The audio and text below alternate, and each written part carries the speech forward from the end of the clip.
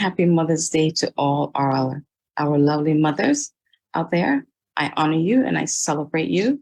And for those of us that have lost our mom, know that they're watching over us, and God has blessed us with some great spiritual mothers. So I give God thanks for them as well. So today my topic is actually going to be on, may I have permission to share my screen, please? Going to be on seasonal allergies. That has been something that's bothering a lot of people. And as mothers, I know you know your children, that you're trying to keep them out from outside with all the allergies going on. And they may not be listening because they want to be outside, and their children, they want to enjoy that as well. So we're going to talk a little bit about that today. So what is seasonal allergies? Seasonal allergies, which is also called hay fever or allergic rhinitis, can make you miserable. It's when you come in contact with a substance that you're allergic to, called an allergen. Your immune system treats it as an intruder. In response, your immune system releases chemicals such as histamines, leukotrienes, and prostaglandins, which cause a cluster of allergic symptoms. The severity of your reaction depends on how much of a threat your body perceives an allergen is. Take pollen, for example.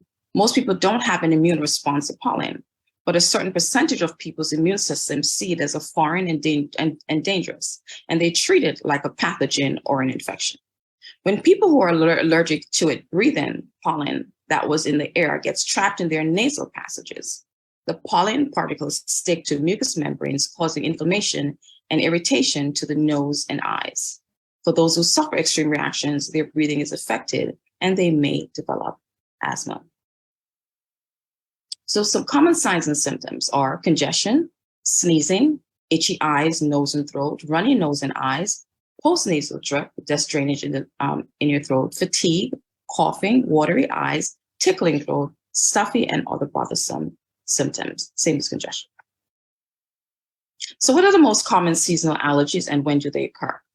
So tree pollen, March and April, grass pollen, June and July, ragweed, fall, mold in the fall.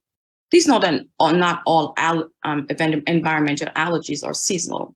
So-called perennial allergies can affect you all year long. They include allergies to cat hair, dust, mites as well.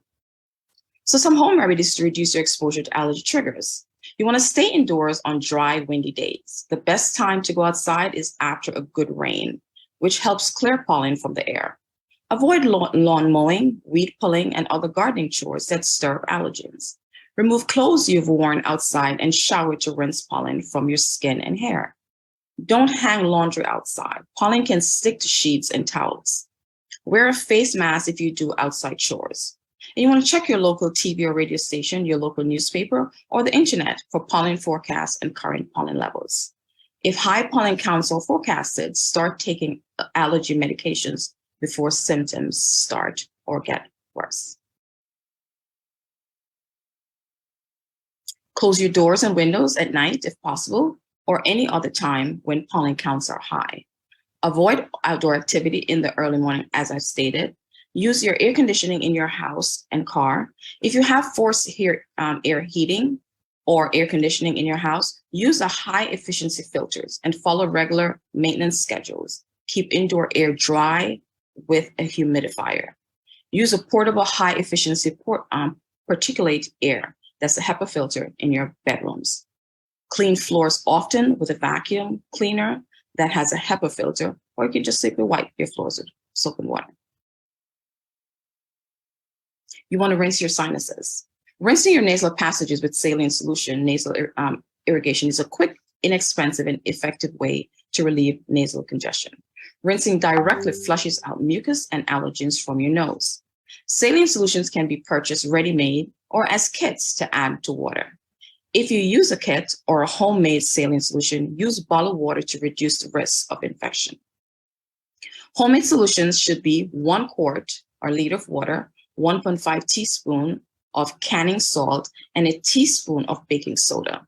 Rinse the irrigation device after each use with clean water and leave open to air dry. So what are the tests done to test if someone has an allergy? An allergist, which is the person that treats a person that has allergy, performs tests to pinpoint the cause of your allergic reactions. There are two kinds of tests. They do a skin test, and the doctor pricks the surface of the skin, usually on the upper arm, and injects a tiny amount of the suspected allergens. If an allergy exists, the skin will react by becoming inflamed, red, and swollen, which may cause temporary discomfort. Skin tests give fast results, usually within half an hour or 24 to 48 hours. Blood tests. Blood is drawn and sent to a lab. The disadvantage is that it may take several days for the results to come back. However, more allergens can be tested with blood tests than with skin tests.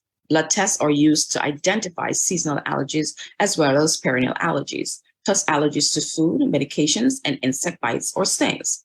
If you have a chronic skin condition such as psoriasis, eczema, blood tests can recommend instead of skin tests to prevent further irritation. It is important to tell your allergist about any medications you're taking because some of them can compromise the allergy test results. So how are seasonal allergies treated? Seasonal allergies are treated in a variety of ways. Most often, over-the-counter or prescription antihistamines help suppress the body's immune response, providing relief from symptoms. Decongestants can be used to relieve the congestions. Over-the-counter cough medications are commonly recommended as well. For people who need additional relief, antihistamine or steroidal nose sprays can be prescribed by your doctor. These help to calm the body's immune response to seasonal airborne allergens.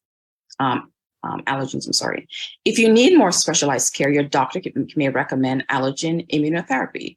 This helps your immune system build up a tolerance against an allergen by exposing you to the irritant in small doses. Allergen immunotherapy can be given in 2 weeks.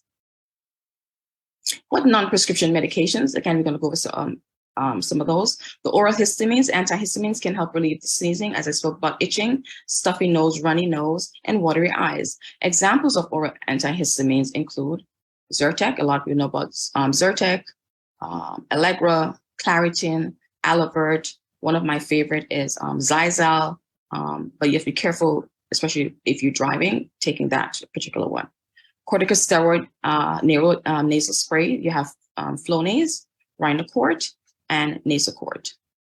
Cromolyn sodium nasal spray, and oral decongestants like Sudafed, Zyrtec D, Allegra D, Claritin D, and just to name a few. You can also speak to your local pharmacist, and they can guide you as well. So what to do when home remedies aren't enough? For many people, avoiding allergens and taking non-prescription medications is enough to ease symptoms. But if your seasonal allergies are still bothersome, don't give up. A number of other treatments are available. If you have bad seasonal allergies, your healthcare provider may recommend again that you have the skin test or blood test to find out exactly what allergen triggers are, and then they will prescribe something. For some people, allergy shots can be a good option, also known as desensitization. This treatment involves regular injections containing tiny amounts of the substance that causes you the allergies. Are allergies in kids different from adults? It can be especially difficult to control allergies in kids, according to Dr. Leeds. This is one of the immunologists at Yale. Kids tend to spend more time outdoors and thus are exposed to more pollen. A high pollen count day is not going to deter them from going to the playground. Unlike an adult, we might say, I'm going to drive my car to work, keep the windows rolled up, and not take that walk during lunch. Another difference is that allergies in adults are usually well established, while in kids, there is hope that they will outgrow them. With kids, we talk about the concept of atopy, which is an allergic predisposition. She says, for a child with a strong family history of any allergies, and especially for those who develop symptoms early in life, doctors look out for the 4 main allergic diseases: eczema, food allergies, nasal allergies, and asthma. These allergic diseases is general and are increasing in prevalence, according to Dr. Leeds. Seasonal allergy facts. Predictions are that for 2023, with a challenging year, forecasters say pollen counts are rising earlier, lasting longer, and making people feel worse than ever with sneezing, I can attest to that, coughing, congestion, sinus pressure, and itchy, watery eyes. Pollen is especially intense in certain parts of the country. including areas where the first leaves and blooms of spring came early this year. With climate change, the general trend has been that we're getting higher levels of pollen and longer pollen seasons, whether that's due to warmer temperatures or increased carbon dioxide emissions. I want to give special acknowledgement to the Mayo Clinic, Cleveland Clinic, American Academy of Allergy, Asthma, Immunology, and Yale Medicine for the information that I was able to provide for you today. I hope this was helpful. Please feel free to join me in the Zoom room and we can discuss further, and I'll be happy to answer your questions for you. God bless. Have a wonderful rest of the service. And again, happy Mother's Day.